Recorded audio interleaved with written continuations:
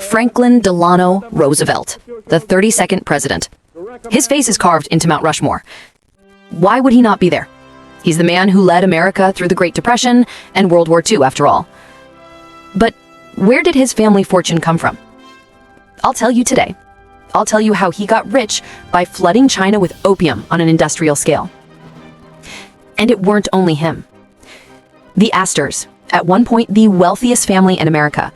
Opium smugglers. Forbes magazine, built on opium profits from China. Yale University's Skull and Bones secret society, founded with opium money. Harvard buildings, paid for with Chinese drug silver. This is not something I'm pulling out of my colon. The shipping records exist, the account books are in archives, the letters survive. And what they prove is that some of America's most powerful families made their fortunes doing exactly what we imprison people for today. Except they did it to an entire country, poisoned millions, destroyed the Chinese economy, then spent 200 years making sure you'd never find out. Well, until now, that is. Before we go through the families, you need to understand what the opium trade actually was in the early 1800s. Britain had a problem. They were buying massive amounts of tea, silk, and porcelain from China, but China didn't want anything Britain produced, so they were paying in silver, draining their reserves. They needed something to sell to China, something Chinese people would buy in massive quantities. They found it. Opium. Grown in British-controlled India, refined into smokable form, and smuggled into China where it was illegal. The Chinese government had banned opium because they knew it was poison, but British and American traders didn't care. You could buy opium in India for $100, smuggle it into China, and sell it for $500 or $600. The risk was high since Chinese authorities would execute smugglers if caught, but these profit margins were too huge for morals or laws to stop them. And American families wanted in. American ships were faster than British ships, clipper ships, built for speed, perfect for outrunning Chinese naval patrols and delivering opium to secret coastal locations. Here's how it worked. American captains would sail to British India, load up with thousands of pounds of opium, sail to the Chinese coast, and wait offshore at designated anchorage points. Chinese smugglers would row out in small boats, take the opium, pay in silver, and since the American ships never technically entered Chinese ports, there was plausible deniability. And the silver flowed back to America in tons, and for decades, from the 1800s to 1840s, and then some. Millions of Chinese became addicted. The Chinese economy was devastated. Silver was flowing out of China into British and American hands. And in America, the families getting rich from this used the money to build legitimate empires. Let's look at who they were. Warren Delano II, FDR's grandfather. Born in 1809 in Massachusetts. At 19 years old, he went to China to work for a trading company. By age 23, he was a partner in Russell & Company, the largest American opium trading firm in China. Russell & Company wasn't just participating in the opium trade. They dominated American involvement. They had offices in Canton, they had clipper ships, they had connections with British opium growers in India, and they made millions. Warren Delano ran operations from 1833 to 1846, 13 years of opium smuggling. He returned to America a very wealthy man. How wealthy? Rich enough to build a 40-room mansion in Newburgh, New York.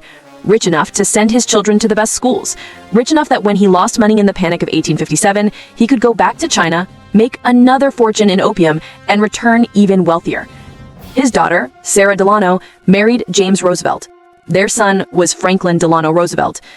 FDR grew up in wealth. Private tutors, Harvard, political connections, all funded by opium money. And here's the kicker. In 1935, while FDR was president, he signed federal laws strictly controlling drugs. The man whose family fortune came from selling drugs to Chinese people spent his presidency criminalizing drugs for Americans. John Jacob Astor, at one point the richest man in America. His wealth built the Waldorf Astoria Hotel, funded libraries, created a dynasty. The official story is he traded furs. That's partly true, but that's not where the real money came from. His ship, the Macedonian, made regular opium runs. Astor didn't just trade furs for Chinese goods. He traded Turkish opium for Chinese silver, then used that silver to buy furs, tea, and silk. The opium trade was the profitable leg that made everything else work. By 1840, Astor was worth $20 million. That's roughly $500 million in today's money, most of it from opium profits. His great-grandson, John Jacob Astor IV, died on the Titanic as one of the richest men in the world. That wealth built on opium. The Astor family name is on libraries, museums, and university buildings, all of it funded by drug money from China. The Forbes family. Yes, that Forbes also got their family fortune from China. Robert Bennett Forbes and his brother John Murray Forbes were major opium traders. They worked with Russell & Company, which, if you recall, is the same firm that Warren Delano worked for. Robert Forbes captained clipper ships that carried opium. John Forbes invested the profits into railroads and became one of the wealthiest men in Boston. Their descendants used that wealth to start Forbes magazine in 1917. The family became American aristocracy. John Murray Forbes is celebrated in Boston as a great businessman and philanthropist. There are statues of him, buildings named after him, but no one mentions the opium.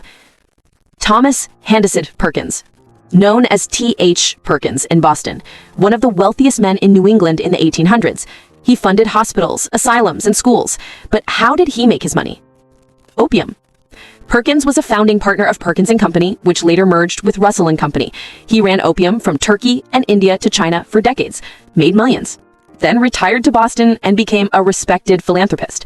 The Perkins School for the Blind in Boston? Opium money. Yale University has Perkins Fellowships. Opium money. Thomas Perkins is remembered as a great man. The opium part is not mentioned. Samuel Russell founded Russell & Company in 1823. It became the dominant American opium trading firm in China. Russell made an enormous fortune, retired to Connecticut. In 1832, his cousin William Huntington Russell co-founded Skull and Bones at Yale University. Skull and Bones, the secret society that has produced presidents, Supreme Court justices, CIA directors, George H.W. Bush, George W. Bush, John Kerry, all bonesmen. The Russell family fortune that helped establish Yale's most powerful secret society came from opium. Samuel Russell's money also helped fund the Russell Trust, which still funds Skull and Bones operations. The most powerful secret society in America was built on Chinese opium money. The Cabot family name is everywhere in Boston. Cabot House at Harvard, streets named Cabot, but the opium connection is never mentioned. Abiel Abbott Lowe, another prominent opium trader, ran clipper ships to China, made millions. His son, Seth Lowe, became president of Columbia University and mayor of New York City. The family donated money to build Lowe Memorial Library at Columbia. Opium money built an Ivy League library. Here's the pattern. American families go to China in the early 1800s. They work for opium trading firms or start their own. They make enormous fortunes smuggling opium. They return to America. They invest in railroads, real estate, legitimate businesses. They become respectable. They fund universities, museums, libraries, hospitals. They erase the opium connection from their family histories. Their descendants become American aristocracy, and no one talks about where the money came from. American firms controlled about 10% of the opium flowing into China. British firms controlled most of the rest, but Americans were significant players. Russell & Company alone shipped thousands of chests of opium annually. Each chest contained about 140 pounds. Thousands of pounds of opium, year after year. And okay, yes, they sold some drugs to the Chinese, but look at all the great things they did for their country. Is that really a bad thing? And to that, I say yes. Why? Let's talk about what opium did to China.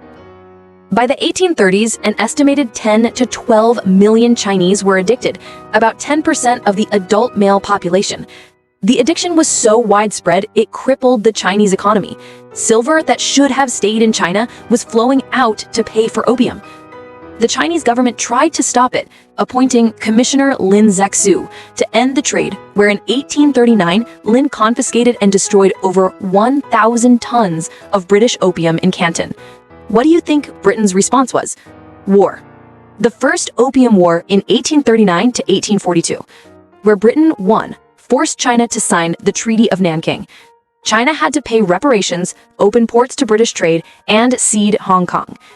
The treaty didn't explicitly legalize opium, but it made enforcement impossible. So the opium trade expanded. American firms benefited enormously. During the war, British firms couldn't operate. American firms like Russell & Company took over their business. After the war, both British and American opium smuggling resumed at even higher levels. The Second Opium War happened from 1856 to 1860 for the same reason.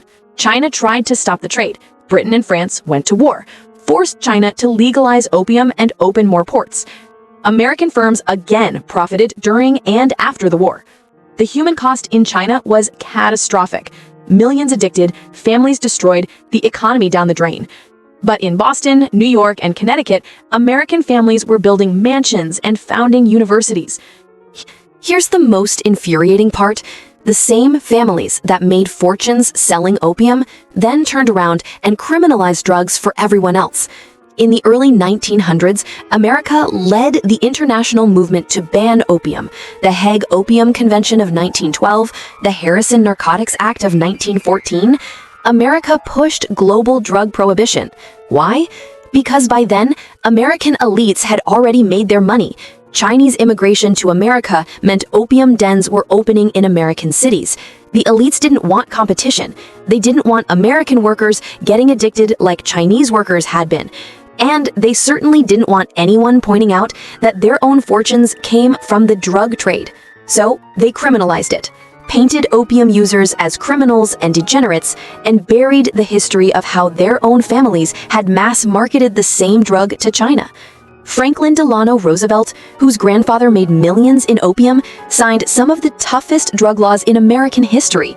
The families that got rich from drugs spent the 20th century prosecuting and imprisoning people for drugs. The hypocrisy is breathtaking. And here's what makes it worse. The history has been whitewashed. Most Americans have no idea that the Delano, Astor, Forbes, Perkins, Russell, and Cabot families made their fortunes in opium. Go to the FDR Presidential Library. The Delano family's opium connection is mentioned in one small exhibit, downplayed as trade with China. Go to the Astor family history. Opium is barely mentioned. It's all about furs and real estate.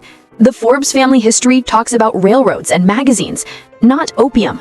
Yale University mentions Samuel Russell as a benefactor. The opium business that funded him, not mentioned. Harvard's Cabot House is named after the Cabot family. Their opium trading, not in the official history. The whitewashing has been systematic and thorough. These families used their wealth and influence to rewrite history. They donated to universities on the condition that certain facts were omitted. They controlled historical narratives through foundations and endowments. And they made sure their descendants grew up never knowing the truth about where the money came from. But the evidence is undeniable. There are shipping records, letters, account books, historical archives in China, Britain, and America. Researchers have documented it. Books have been written. The Opium Clippers by Basil Lubbock, When America First Met China by Eric J. Dolan, and Yankees at the Court of the Khans documents the trade extensively. The proof exists, but it's not taught in schools. It's not in the museums. The average American has no idea, and the families wanted to keep it that way. Because if people knew the truth, it would destroy their carefully crafted reputations. It would raise uncomfortable questions. If the Delano family got rich selling drugs that destroyed millions of Chinese lives, how is FDR a hero? If the Forbes family made their fortune poisoning China, why do we celebrate Malcolm Forbes? If Yale's Skull and Bones was funded by opium money, what does that say about American elite institutions? The cognitive dissonance would be too much, so the truth stays buried. In the 1980s and 1990s, the CIA was implicated in allowing cocaine to flow into American inner cities to fund Contra rebels in Nicaragua. The crack epidemic destroyed Black communities. When that story broke, there was outrage, investigations, admissions. Gary Webb, the journalist who exposed it, was destroyed professionally, but the story was out. People understood that the government had allowed drugs to devastate communities for political gain. Now apply that same logic to the 1800s. American families deliberately flooded China with opium for profit. Millions of Chinese lives destroyed. The Chinese economy crippled. And those families used the profits to build American institutions that still exist today. Where's the outrage? Where's the reckoning? Where's the accountability? There isn't any, because the families that did it became so rich and powerful, they could rewrite history. They could make sure their crimes were forgotten. And they could ensure their descendants lived in luxury, never confronting what their ancestors did. But the Chinese remember, though. The opium wars are a core part of national identity. They call it the century of humiliation. the period when Western powers forced opium on China and carved up the country. It's taught in every school. Every Chinese person knows that Britain and America poisoned their country for profit, and they know it led to colonization, wars, and millions of deaths. But in America, we don't teach it. Most Americans couldn't tell you what the opium wars were about. They certainly don't know that American families got rich from it. And they definitely don't know that those families still control enormous wealth and power today. The contrast is staggering. China remembers and teaches what was done to them. America forgets and whitewashes what we did. And the families that profited are happy to keep it that way. So what do we do with this information? First, we tell the truth. The Delano, Astor, Forbes, Perkins, Russell, Cabot, and Low families made their fortunes selling opium to China. Millions of Chinese were addicted and died. The Chinese economy was devastated, and American families got rich enough to found dynasties. Second, we acknowledge the hypocrisy.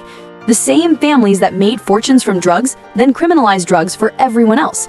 They used their wealth to push prohibition while hiding their own drug trafficking history. Third, we question the institutions built with that money.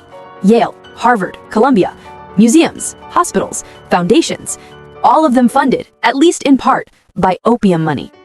Should they acknowledge that? Should there be some form of reckoning? Should the families that still benefit be held accountable? These are uncomfortable questions, but they need to be asked. Because right now, these families are still powerful. The Delanos, the Forbes family, the Russells, the Cabots, they're still part of America's elite. They still hold wealth and influence that traces back to Chinese opium money, and they've never had to answer for it. Let me be clear about one more thing. This isn't about blaming people alive today for what their ancestors did 200 years ago. The descendants of these families didn't choose where the original money came from, but they do benefit from it. They inherit the wealth, the connections, the institutional power that opium money built. And they have a responsibility to acknowledge that history, to stop whitewashing it, to stop pretending it didn't happen. The least they could do is tell the truth. The institutions have a responsibility too.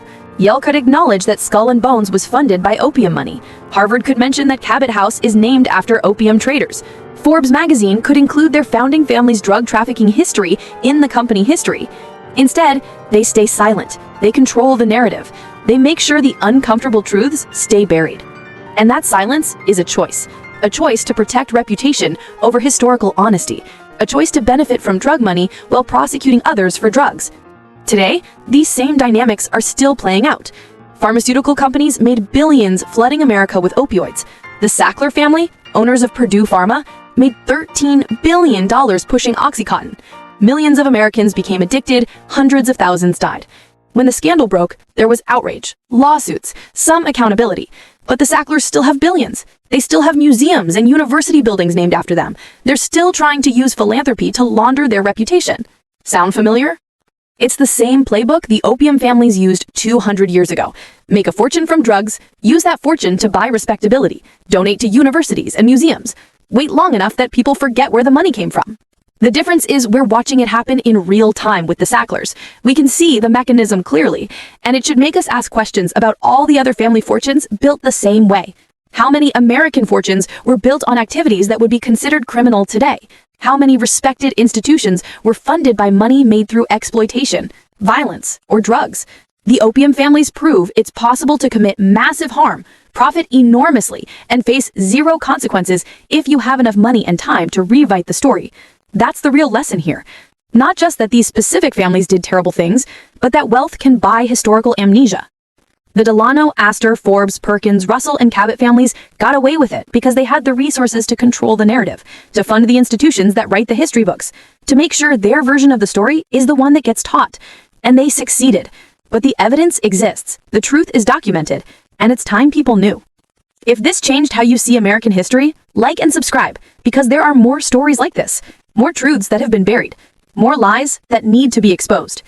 The opium families got away with it for 200 years, but the truth doesn't stay hidden forever.